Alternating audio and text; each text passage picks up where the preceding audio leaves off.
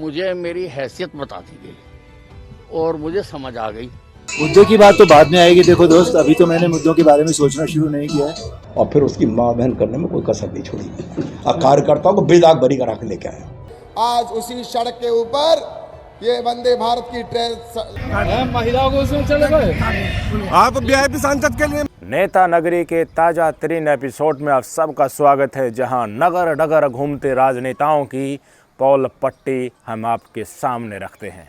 लेकर चलता हूं सीधे राम राज्य के मुरादाबाद में। गृह मंत्री अमित शाह जी की सभा चल रही थी, चुनाव प्रचार चल रहे हैं लोकसभा के, आप सबको पता ही है। वहां पहुंचे भारतीय जनता पार्टी के संभल से लोकसभा प्रत्याशी परमेश्वर जी। लघु शंका लगी, पेशाब करने गए। महिला और पुरुष दो अलग अलग शौचालय मार्क करके लिखे हुए थे। पुरुष वाले में नहीं घुसे, महिला वाले में घुस गए। पब्लिक भाषण सुन रही गृह मंत्री अमित शाह जी का, और ये महिलाओं वाले रिजर्व्ड शौचालय में घुस गए। देखिए वीडियो।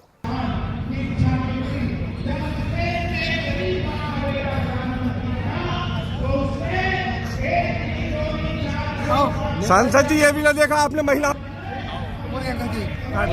को उसमें चले गए। आप वीआईपी सांसद के लिए मतलब होते कोई कोटा, ये कैसी व्यवस्था है आपकी? महिला के उसमें घुसेंगे आप? बताओ, महिला के उसमें इतना भी ध्यान नहीं रहा आपको? बताइए भाई साहब। महिला सम्मान से लेकर सुरक्षा के लेकर बराबरी के अधिकार का वर्णन करने वाले, डींगे हाँकने वाले भारतीय जनता पार्टी के लोग उनके लिए रिजर्व्ड शौचालय नहीं छोड़ रहे हैं। कहाँ देंगे सुरक्षा, कहाँ बराबरी का अधिकार? और महिलाएं भारतीय जनता पार्टी में जाने से क्यों कतराती हैं और इनके बारे में क्या क्या वर्डिंग सामने निकल कर आती हैं, ये दिखाता है इनका असल चाल चरित्र चेहरा। जो व्यक्ति शौचालय नहीं छोड़ सकता, और विधानसभा की सीट, उनके अधिकार, लोकसभा की सीट, उनके लिए मंत्री पद, उनके लिए कुर्सी कैसे छोड़ सकता है? कितनी इज्जत इनके अंदर है। और समाज में जब इस तरह के वाक्य सामने आते हैं तो दिखता है कि महिला के शौचालय में जाने की इनके अंदर जो चुल है वो इनके करैक्टर्स को सबके सामने रखते हैं। पत्रकार साहब के सामने हाथ जोड़कर वहाँ से भाग ले, कम से कम जवाब तो दे देना था ना कि महिला शौचालय में क्यों घुस गए। ऐसा तो है नहीं कि पुरुष वाले में भीड़ लगी है, ऐसा नहीं है कि महिला वाला देखिए बिल्कुल खाली पड़ा था, पुरुष वाले में लाइन लगी थी इसलिए महिला वाले में शायद जल्दी से घुस कर निकल जाए। वो तो खाली पड़ा था बिल्कुल। ये इनका चाल चरित्र चेहरा है महिलाओं के शौचालय में। क्या इनको सुगंध आती होगी या दुर्गंध सूंघने गए होंगे, आप सबको पता ही है। अब आज ये बिहार में नीतीश कुमार जी की बोधगया में सभा हो रही थी, अमित शाह जी भी पहुंचे थे, लोगों को बुलाया गया। काफ़ी भीड़ दिखाई गई, भीड़ तो दिखानी होती है। आप लोग कहोगे कि देखिए लोग तो जेन्युइनिटी के साथ इनको सुनने के लिए भी आते होंगे, लेकिन कुछ लोगों को तो बस में भरकर भी लेकर आया जाता है, कुछ लोगों को पैसे मिलेंगे इसलिए भी लेकर आया जाता है। तो नीतीश कुमार ने कहा कि उस भीड़ के सामने कि 4000 सीट मोदी जी को दिलाना है। पहले एक बार और कह चुके हैं ये बातें, तो वहाँ मंच पर बैठे लोगों ने इनको टोका, रुकिए नीतीश जी, 4000 नहीं 400 सीटें ही पार करनी है। रोका इनको। रैली ख़त्म होगी, जो लोग भाड़े के लाए गए थे 250 रुपये में, बताया गया है, वहाँ पर वीडियो भी आ रही है, महिला की वीडियो भी मैं आपको सुनाऊंगा और इनकी भी सुनाऊंगा।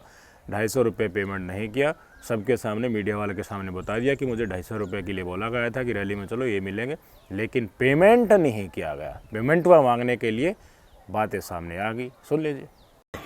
कि इस बार पूरे देश में 4000 से भी ज्यादा 400 सॉरी गलती से 4000 बोला गया। कितना में बोले को है? 250 में। कौन गांव के रहे वाला हूँ? ना दिल को ना तोरो ना दिल को है ना दिल को है।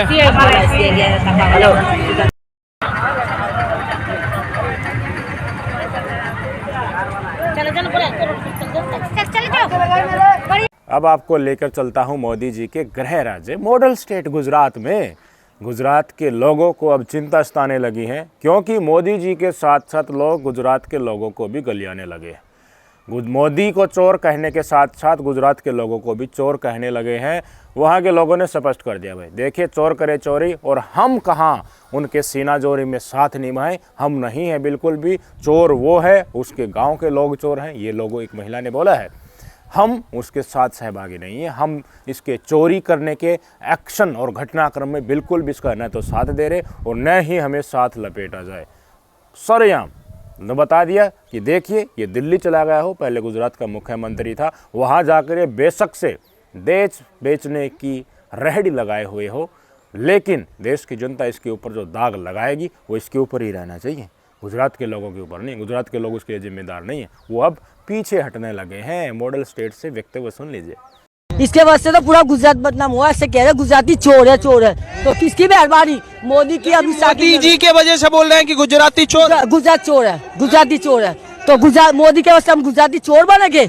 हम गुजराती चोर बनेंगे? चोर करे चोरी, डकैती, हेरा फेरी, ठगबाजी, और हम साहूकार बदनाम हुआ। अब गुजरात से सीधा उड़ लीजिए, झारखंड में उतरते हैं। वहाँ भारतीय जनता पार्टी के वाइस प्रेसिडेंट हैं लक्ष्मीकांत वाजपेयी जी। इन्होंने मीडिया के सामने, कैमरे के सामने कहा, अपने कार्यकर्ताओं के प्रति प्रेम जाहिर करते हुए कि किसी भी अधिकारी ने एंटनबाजी की तो वहाँ तक पहुँचने में जो समय लगा हो नहीं लगा उसका तो मैं कह ही नहीं सकता, लेकिन बाइज्जत बरी करा के लाया हूँ। और जिसने हमारे कार्यकर्ताओं के साथ बदतमीजी करने की कोशिश की हो या फिर उनके ऊपर कोई केस मढ़ने की कोशिश की हो या फिर उनको बेनकाब करने की कोशिश की हो तो उनकी माँ बहन करने में बिल्कुल भी समय नहीं लगाया। भाजपा के national president, national vice president का कथन है राज्यसभा सांसद। हाँ, सुन लीजिए इनकी वर्डिंग आपके सामने। न किसी अधिकारी ने जाति करने की कोशिश करी, उस शहर तक, जिले तक पहुंचने में जितना समय लगा उतना लगाया है, और फिर उसकी माँ बहन करने में कोई कसर नहीं छोड़ी। और कार्यकर्ताओं को बेदाग बरी करा के लेके आया। अब झारखंड से सीधा दक्षिण भारत में आ जाइए। मोदी जी के मंत्री हैं राजीव चंद्रशेखर, चुनाव लड़ रहे हैं फिर से। उनके सामने कौन खड़े हैं? शशि थरूर जी खड़े हैं कांग्रेस पार्टी से। तो भाई साहब इन्होंने तो देखे एक तरीके से डंका ही बजा दिया।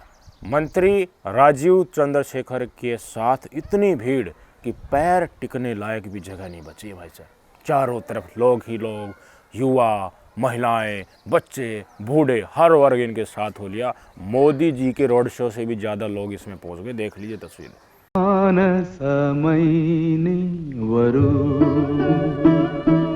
अब दक्षिण भारत से सीधा उड़ान भर लीजिए राजस्थान की तरफ।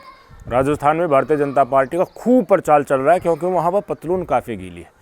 स्थानीय भारतीय जनता पार्टी के नेता स्टेज से संबोधित कर रहे थे कि देखिए पहले जो कांग्रेस का राज हुआ करता था ना, जब बीजेपी का नहीं था, तो यहाँ पर सड़कें टूटी हुई होती थी, चलने लायक नहीं थी। लेकिन मोदी जी और बीजेपी की सरकार आई है तब से वंदे भारत ट्रेनें चल रही है।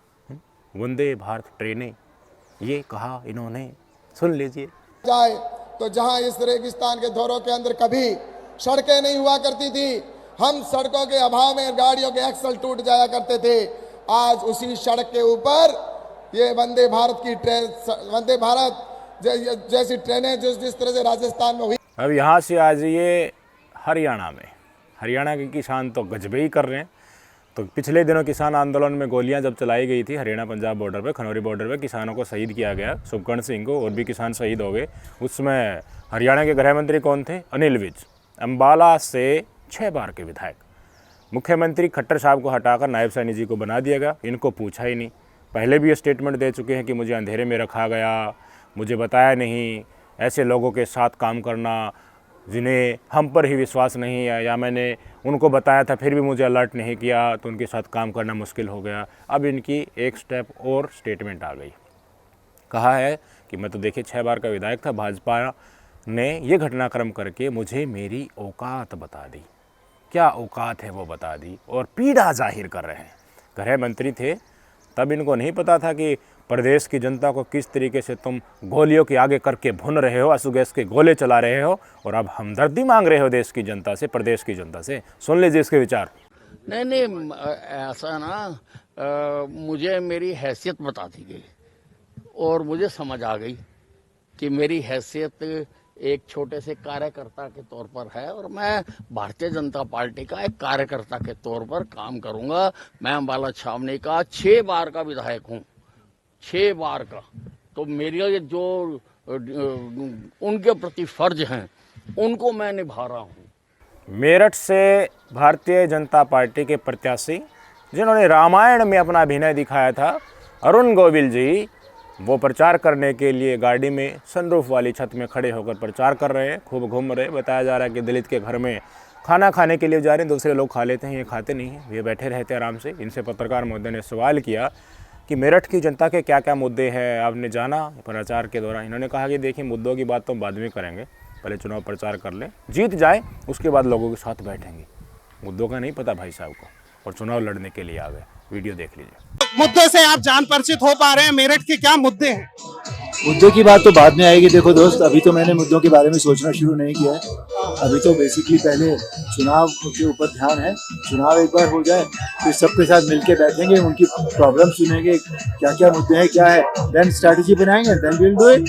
ऐसे लोगों को, किसी और की छवि को ध्यान में रखकर ऊपर वाला जो है, इन व्यक्तियों को आप सांसद बना दोगे तो ये सशर्त मैं आपको बता रहा हूँ, ये कभी आपकी सुध नहीं लेंगे। ये चुनाव जीतने के बाद यहाँ से निकल जाएंगे और 5 साल तक आपको दिखाई नहीं देंगे।